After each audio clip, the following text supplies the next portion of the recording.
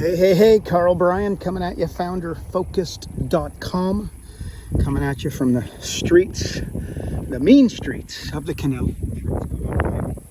But there you go. Today I'm going to answer the question, how to form a joint venture. Mistake that I see, and what I see, is that business coaches / consultants will go to the accountant, the networking organization, the bookkeeper, the promotional company, somebody who they think they can form a joint venture with, right? Incubator, etc. And they say that, yeah, look, Dave, the guy or the gal, Susie, totally enthusiastic, totally doing this. Just, a matter of getting back in touch with them, and they're going to send out an email to their entire database, and this is going to build my company. That email never comes, that relationship never comes to fruition. Why? First of all, your offer. What we're normally doing is I see you go to the accountant and say, hey, send me clients, and then I'll give you 20% of everything they send me, right? So, you charge $1,000 a month, you send them 200, charge $2,000 a month, you send them 400. Each month they're a client, and then when they cancel, you basically cancel the payments to the accountant, right? Well, I got a 9-year-old daughter, and she could come up with that value proposition. The accountant, generally speaking, is just not going to respond to that. But they pretend like they will, and they'll be enthusiastic. Here's what you got to look at it as a sale. Not only a sale, this is like, imagine there's like a $1,000 sale, and then there's a $100,000 sale. Would you go at the $100,000 sale with a little bit more intensity, a little more passion, a little more time, a little bit more thought? And I'd like to think so. I find that it's the exact opposite, that you just assume because you're going to be sending all this money to the joint venture, or you're doing, them a favor, that you kind of go at half speed. Needs to be the exact opposite. Okay. And then if I want to sell you something, effectively what I'm doing is I'm solving a problem. I ask you the question, what are the current challenges / obstacles you currently face in your business? And then you tell me what those are. And effectively, you just gave me your 3 biggest problems. So then I just reverse that back and say, well, I'm going to help you with sales, I'm going to help you with marketing, and I'm going to help you with your staffing issues, which are the 3 problems you just gave me, right? So same approach with the accountant. What's the number 1 problem that they currently face? And let me tell you, I know what this is. The problem that an accountant faces is that they're business owners, the chiropractor, dentist, butcher, baker, candlestick maker, right? They contact the accountant, once a year during tax season, and it's scramble. They need their taxes done immediately, and they come in with their shoebox, and it's just annoying. And the accountant is so busy during tax season, literally can't get home to have dinner with the family, and it's annoying and it's silly. And is that the kind of work, the emergency stuff, is that the kind of work that the accountant wants to be doing? I dare say not.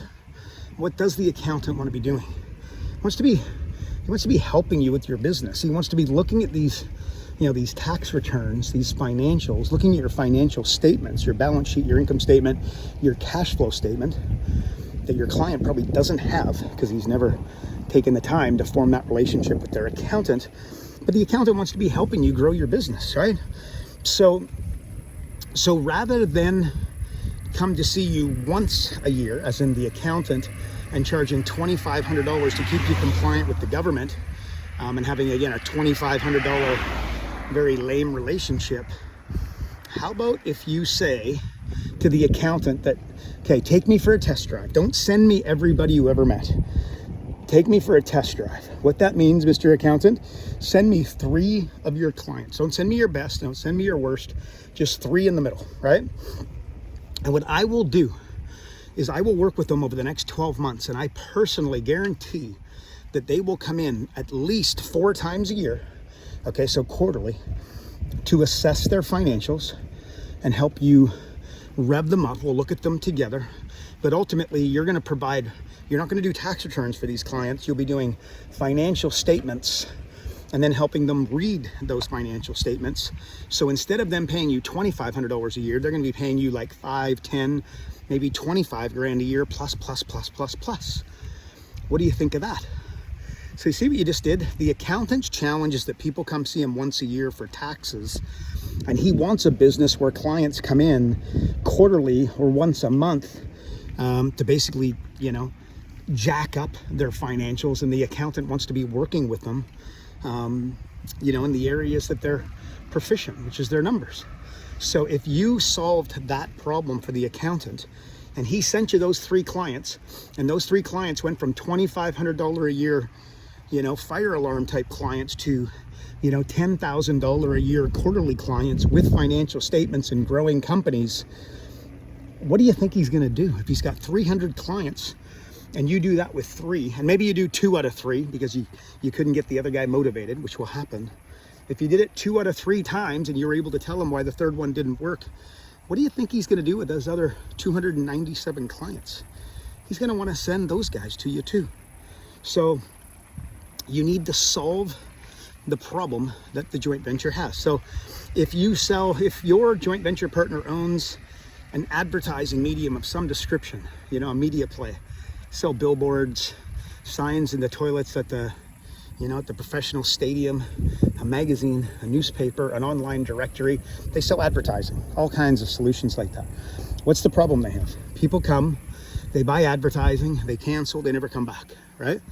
Well, how about you go to the guy selling advertising and say, okay, well, how much do your clients spend with you on average? And they go, $2,500, for sake of the argument, okay? You say, okay, well, look, don't send me, I want you to take me for a test drive. Send me 3 clients. Not your best, not your worst, but send me 3 clients I get a shot with. And if they spend $2,500, I will endeavor to take that $2,500 and turn it into $10,000 ad spend. Okay, because let me tell you something, Mr. Advertising guy. I believe that advertising is a superpower. I've got a saying that everybody hates advertising until they need to sell their own car, right? So what I'm going to do is I totally believe in your product. I totally believe in you. I totally believe in your radio station and your magazine and your online directory and your radio play and your bus stop signs, the buses, right? I totally believe in that. So send me 3 people, and whatever they were spending, I will double it over 12 months and hopefully significantly more. And the people that you send me, the one thing they won't do is, not at a minimum, they will renew their ads for as long as they have a relationship with me. But really what they'll do is they will jack that spend up, because I am a big fan of advertising, and I will help them build a structure so that they can monetize your ads at a significantly higher level. Do you see how you just went to the advertising medium and you just solved a problem for them, right? So, and then any other, networking organization, what's the problem they have? People come, they don't give out referrals, they get a terrible elevator pitch, and they quit almost instantaneously because they're bad clients. Say, well, look, I believe that networking is, one of the greatest ways to build a business, and referrals is like amazing, because if every client you have sent you 2 referrals, you would triple the size of your company immediately. So you say that, and you say, okay, so send me somebody. I will make sure that they got a killer elevator pitch. I will make sure that they have a killer offer to offer at that networking meeting. I'll make sure that they come to almost every meeting throughout the year, because I believe it's very important. And they're going to come armed with referrals, because I believe in the rule of reciprocity. And when they come and give out a bunch of referrals, the world is a mirror. Talked about that recently. And if you give out a bunch of referrals, guess what you get? A bunch of referrals. So you go to the networking organization, you ask him, what's the biggest problem? Or you do some homework so that you can assess effectively with reasonable predictability exactly what that major problem will be, and go to them and solve it. And that is how I get joint ventures falling off the log. So yeah, that's all I got for you, folks. I hope that helps. God bless. Bye-bye.